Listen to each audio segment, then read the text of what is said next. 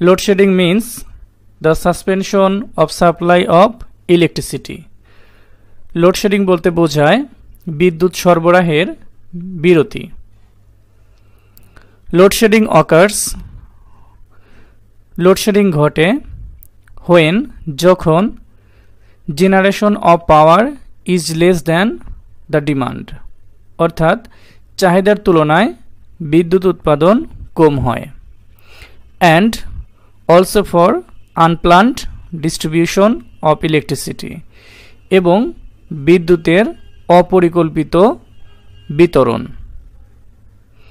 It creates problems, এটা তৈরি করে সমস্যা of far reaching consequences, সুদূর প্রসারী, in the socio-economic development, আর্থসামাজিক উন্নয়নের ক্ষেত্রে of a country, একটি দেশের।